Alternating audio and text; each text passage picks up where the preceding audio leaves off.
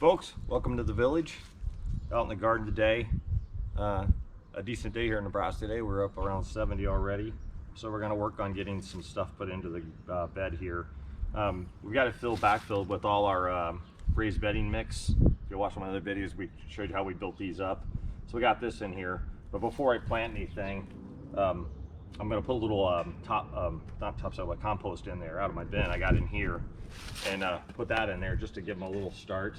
And then I got a transplant mix, like we'll sprinkle a little bit on there, an organic fertilizer. I grow everything organic, I don't use any chemicals, nothing. All the soil's organic, and then of course everything runs through the composter. Is gonna, kill off any other crap that's in there. Basically everything I grow is through a square foot method, and that just maximizes what you can grow in the space. So everything's broken down, as you can see, like my little grid marker here is broken down into 1 foot squares. And it just basically, like, I'm going to plant some beets because we could start those now, and they're going to go in a thing, and you can put 9, so it's 9 evenly spaced within the foot square is how it works. If I was planting a traditional row, that would probably take one whole side of this bin up. So you can see what we do, we maximize the space. When you're growing them like this also, it's nice too because there's so much density with the leaves and everything. It's hard for weeds to grow because there's no sun hitting the soil surface. So it gives you a double the benefit. And you might think, well, it probably takes a lot out of the soil. It does. But what we do here is I do a lot of composting, and we take compost and always keep mixing compost in to keep replenishing what we're taking out. And then I take and I map my garden out. I mean, it's like overkill, and I document what we're putting in. So each time we plant, we're moving it. So the beets are here this time, next time they're here, next time they're down there. So we're gonna move it around so we're not taking all the same, things that plants. Some plants take, a lot of magnesium. Some take a lot of, what other trace element or something out of the surface. This way you're moving around and you're not depleting the soil.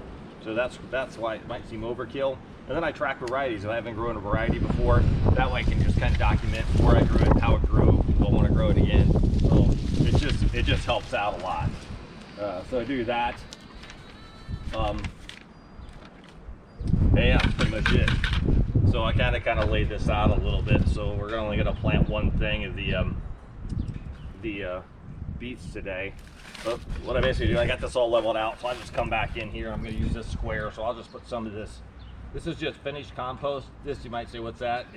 It's biodegradable bags that I use in my bin inside that I put all my kitchen scraps in that I take out to the thing. So it'll just slowly break down. It's all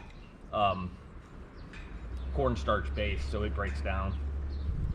So all I do is I'll just take and throw this in there, kind of just work that into the surface of the soil, and this is going to help put a lot of those trace elements, hold moisture in there. You see a lot of eggshells in your calcium, which is good for your plants. It causes them to flower more. In turn, you get more production out of the plants. So that's all I basically do. It's not that. This is just to get in there to kind of get everything going and get things started. Just work it in by hand. It's pretty dry right now. We haven't had a lot of rain. So, and that's it. Level it out.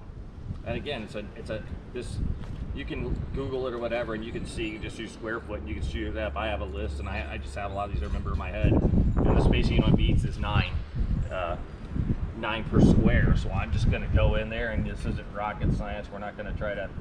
The beets are a fairly big seed. This is just a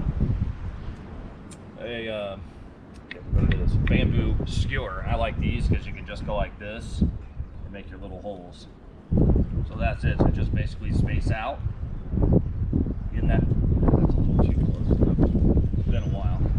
1, 2, 3, 1. Actually, one on this side, I think. So we're gonna go 1, 2, 3.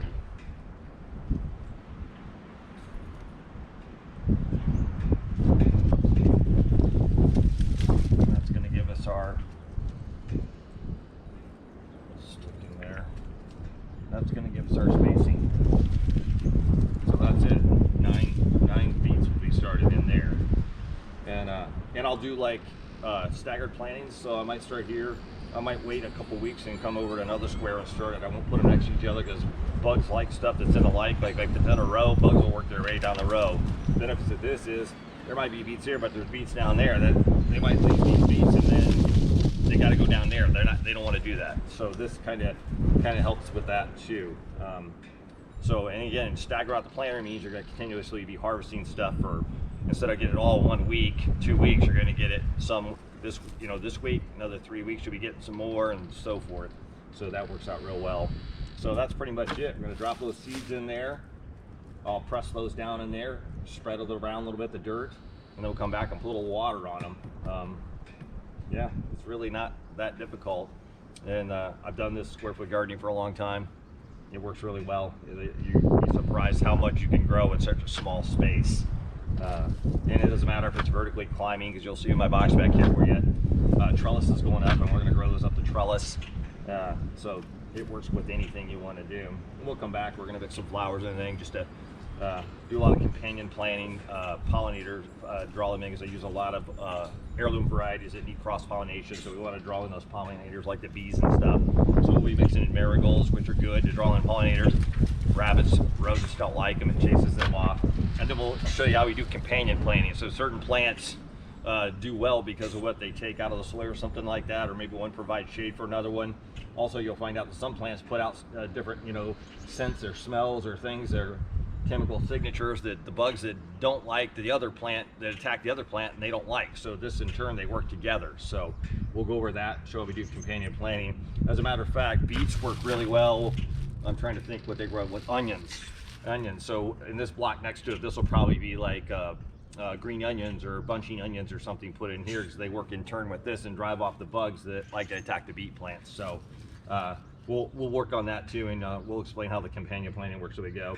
Some might even be like a tomato plant here, and then plant around smaller plants of, like, let's say, I'm trying to think, basil,